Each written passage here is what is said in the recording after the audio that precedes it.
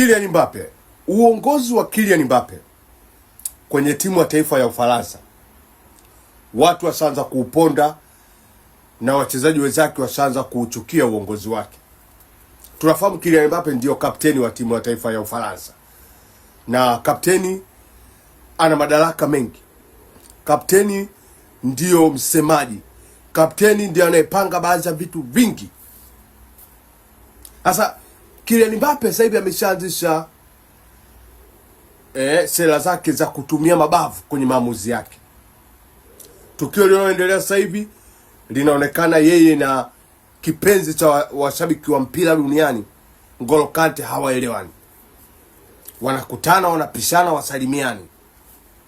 Hii yote kwa sababu uongozi mbaya wa Kylian Mbappe.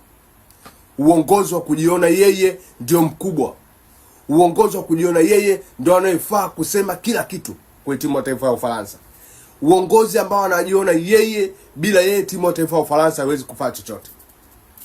Na kweli anavimba kichwa, sasa hivi anawakolomea mpaka wachezaji wenzake, hawapi heshima yote.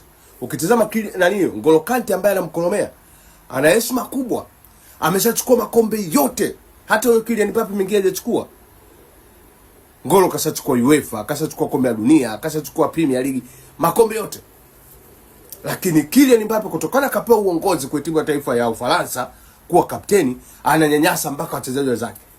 Na hii sasa hivi watu hawaiongelei kwa sababu wanakwenda kombe la dunia.